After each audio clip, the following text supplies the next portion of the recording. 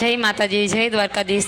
સવારમાં હું નાહી ધોઈને તૈયાર થઈ જતી ને પછી તો મેં રાતે ચણા પલાળ્યા હતા એટલે મારા બાપા મૂકાણ હતા, ચણા બફાઈ જાય એટલે પછી મેં લોટ બાંધી દીધો પછી ટમેટા ડુંગળી બધું સુધારવા બે ગયું, બધું સુધારી નાખ્યું પછી થઈ ગયું ટિફિન તૈયાર અને ભરી દીધું ટિફિનમાં। ટિફિન ભરાઈ ગયો એટલે આપણે બે ગયા નાસ્તો કરવા માટે। નાસ્તો કરી જ રહેતા હતા તો રુદ્રને એની બેન બે જાગી ગયા હતા। એ જાગી ગયા એટલે પપ્પા એને મસ્તી કરતા હતા ને મસ્તી કરતા પછી થઈ ગયા એમને ઓફિસ જવાનો ટાઈમ ને એ નીકળતા હતા ઓફિસ જવા માટે। તો રુદ્ર એને પપ્પાને ટાટા કહેતો તો પછી તો એ વયા ગયા એટલે ભાઈ ને બેન બે રમતા હતા। તો મને યાદ આવ્યું કે હજુ મારે વાસણ ધોવાના બાકી છે, પછી હું આવી ગઈ વાસણ ધોવા માટે।